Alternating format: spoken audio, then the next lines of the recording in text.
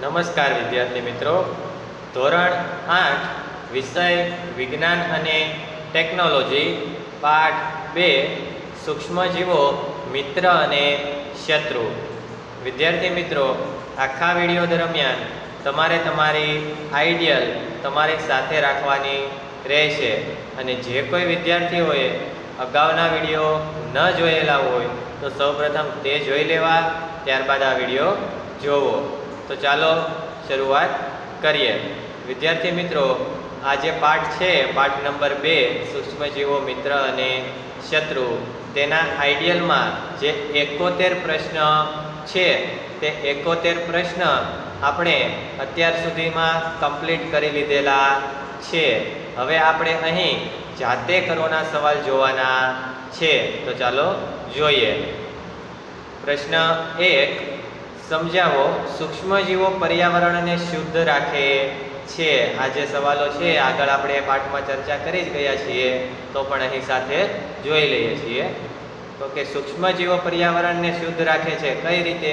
તો કે જમીનમાંના સૂક્ષ્મજીવો વનસ્પતિના પર્ણો, ફળ અને શાકભાજીનો કચરો, સડતી વનસ્પતિ અને મૃત પ્રાણીઓના અવશેષોમાં રહેલા જૈવિક કાર્બનિક કચરાને સરળ પદાર્થોમાં ફેરવે છે. શું કહે છે કે ભાઈ જમીનમાંના જે સૂક્ષ્મજીવો હોય છે તે વનસ્પતિના પર્ણો, પછી તો કે ફળ અને શાકભાજીનો જે કચરો હોય છે તે, સડતી વનસ્પતિ અને મૃત પ્રાણીઓના જે અવશેષો છે તે અવશેષોમાં રહેલા જૈવિક કાર્બનિક કચરાને શેમાં ફેરવે છે? સરળ પદાર્થોમાં ફેરવે છે. કોણ ફેરવે છે? સૂક્ષ્મજીવો. શેમાં ફેરવે છે? સરળ પદાર્થોમાં ફેરવે છે. અને આ પદાર્થ ખાતર તરીકે વનસ્પતિઓ તથા પ્રાણીઓ દ્વારા ઉપયોગમાં લેવામાં આવે છે. અને આ જે પદાર્થ અંતે બને છે તે ખાતર તરીકે વનસ્પતિઓ તથા પ્રાણીઓ બંને દ્વારા શું થાય છે? તો કે ઉપયોગમાં લેવામાં આવે છે. જે જમીનની ફળદ્રુપતા વધારે છે, જે એટલે કોણ? તો કે ખાતર. ખાતર શું? તો કે જે જમીન હોય તેની ફળદ્રુપતા શું કરે છે?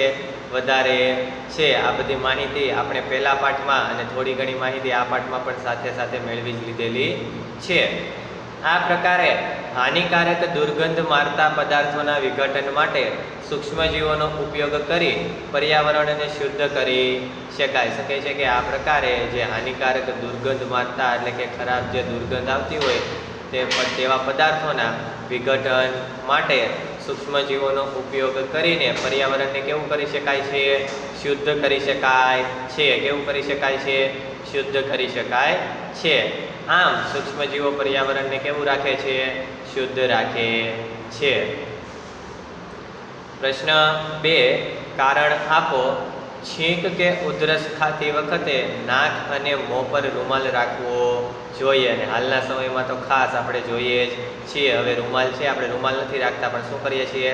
માસ્ક પહેરીએ છીએ. બંનેનું કાર્ય સરખું જ છે. તો જોઈએ કેમ. તો કે જ્યારે શરદીથી પીડાતી વ્યક્તિ છીંક ખાય છે તો સૂક્ષ્મ બૂંદોની સાથે હજારો રોગકારક વાયરસ હવામાં ફેલાય છે. શું કહે છે કે જ્યારે શરદીથી પીડાતા વ્યક્તિ છે તે છીંક ખાય તો જે સૂક્ષ્મ બૂંદોની સાથે, સૂક્ષ્મ બૂંદો તો બહાર આવે છે પણ તેની સાથે સાથે તો કે હજારો રોગકારક વાયરસ જે હોય છે તે હવામાં ફેલાય છે.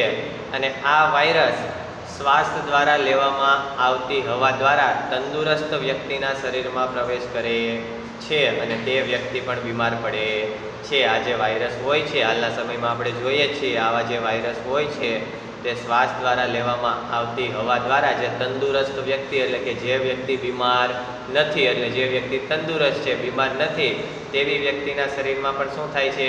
તો કે આવા વાયરસ છે તે પ્રવેશ કરે છે, શરીરની અંદર દાખલ થાય છે અને તે વ્યક્તિ પણ બીમાર પડે છે. અને એના શરીરની અંદર દાખલ થાય એટલે તે વ્યક્તિ પણ શું થાય છે? તો કે બીમાર પડે છે. આથી શરદીને ફેલાતી અટકાવવા અથવા તો આવા વાયરસ છે તે વાયરસોને ફેલાતા અટકાવવા માટે છીંક કે ઉધરસ ખાતી વખતે નાક અને મોં પર શું કરવું જોઈએ? રૂમાલ રાખવો જોઈએ. શું કરવું જોઈએ? તો કે નાક અને મોં પર રૂમાલ રાખવો જોઈએ. પ્રશ્ન 3, સમજાવો ગરમી કે ઠંડીના ઉપયોગથી ખોરાકને બગડતો અટકાવી શકાય છે? આ પાઠમાં જ આપણે આગળ સમજી ગયા છીએ કે ભાઈ ઊંચા તાપમાને સૂક્ષ્મજીવો શું થાય છે? નાશ પામે છે. ઊંચું તાપમાન એટલે કે ગરમીનું પ્રમાણ વધારે હોય તો સૂક્ષ્મજીવો જે હોય છે તે શું થાય છે? નાશ પામે છે. તેથી દૂધ કે અન્ય ખોરાકને ગરમ કરવાથી તેને બગડતો અટકાવી શકાય છે. આપણા ઘરે પણ આ પ્રવૃત્તિ થતી હોય છે. દૂધ કે અન્ય ખોરાક છે તેને આપણે ગરમ જ રાખતા હોઈએ છીએ અથવા તો ગરમ રાખીને મૂકી રાખીએ છીએ. કેમ? તો કે જે સૂક્ષ્મજીવો છે તેનો શું થઈ જાય? નાશ થઈ જાય છે. એટલે આવા જે પદાર્થો છે તે દૂધ અથવા તો અન્ય ખોરાક હોય છે તેને ગરમ કરવાથી જે બગડે નહીં, એટલે બગડતો તેને અટકાવી શકાય છે. નીચા તાપમાને સૂક્ષ્મજીવોના વૃદ્ધિ અને વિકાસ અટકી જાય છે. નીચા તાપમાન એટલે કે ઓછું તાપમાન અથવા તો ઠંડુ વાતાવરણ હોય તેવી જગ્યાએ, એટલે નીચા તાપમાને સૂક્ષ્મજીવોના વૃદ્ધિ અને વિકાસ શું થાય છે? અટકી જાય છે. અને તેથી રેફ્રિજરેટર દ્વારા ખોરાક સચવાય છે. એટલે જે રેફ્રિજરેટર જે આપણા ઘરે ફ્રીજ હોય છે તેમાં તાપમાન કેવું હોય છે? ઓછું હોય છે. એટલે આપણે બીજો ઘણા બધા પ્રકારના ખોરાક હોય તે ક્યાં રાખીએ છીએ? રેફ્રિજરેટરમાં રાખીએ છીએ. એટલે તેથી રેફ્રિજરેટર દ્વારા ખોરાક શું થાય છે? સચવાય છે. કેમ? તો કે નીચું તાપમાન હોય એટલે જે સૂક્ષ્મજીવો છે તેની વૃદ્ધિ અને વિકાસ અટકી જાય, એટલે સૂક્ષ્મજીવોમાં વધારો થાય નહીં. દૂધને 70°C જેટલા તાપમાને 15 થી 30 સેકન્ડ સુધી ગરમ કરી તરત જ શું કરવામાં આવે છે? ઠંડુ પાડી દેવામાં આવે છે. અને જેને શું કહે છે? આ જ પાઠમાં આપણે આગળ સમજી ગયા છીએ. શું કહેવાય છે? તો કે પેસ્ચ્યુરાઇઝેશન કહેવાય છે. શું કહેવાય છે? પેસ્ચ્યુરાઇઝેશન કહેવાય છે. જે દૂધ હોય છે તેને કેટલા તાપમાને? તો કે 70°C તાપમાને 15 થી 30 સેકન્ડ સુધી ગરમ કરીને તરત જ તેને કેવું કરવામાં આવે છે? ઠંડુ પાડી દેવામાં આવે છે. અને જેને શું કહેવાય છે? પેસ્ચ્યુરાઇઝેશન કહેવાય છે. આમ કરવાથી તેમાં સૂક્ષ્મજીવો ઉદ્ભવતા નથી, અને આ પ્રક્રિયા કરવામાં આવે એટલે તેમાં જે સૂક્ષ્મજીવો હોય છે તે સૂક્ષ્મજીવો ઉદ્ભવતા નથી. પ્રશ્ન 4, કારણ આપો. વાતાવરણમાં નાઇટ્રોજનની માત્રા જળવાઈ રહે છે.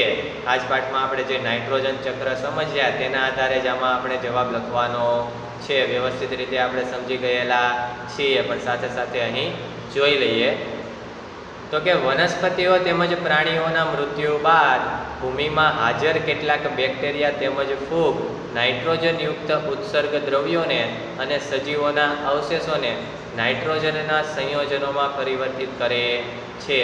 શું કહે છે? કે વનસ્પતિઓ તેમજ પ્રાણીઓના મૃત્યુ બાદ ભૂમિમાં એટલે કે જમીનમાં જે હાજર રહેલા કેટલાક બેક્ટેરિયાઓ તેમજ જે ફૂગ હોય છે તે નાઇટ્રોજનયુક્ત ઉત્સર્ગ દ્રવ્યો એટલે કે નાઇટ્રોજનવાળા જે ઉત્સર્ગ દ્રવ્યોને અને સજીવોના જે અવશેષો હોય છે તે અવશેષોને નાઇટ્રોજનોના સંયોજનોમાં પરિવર્તિત કરે છે. કોના સંયોજનોમાં? નાઇટ્રોજનના સંયોજનોમાં પરિવર્તિત કરે છે.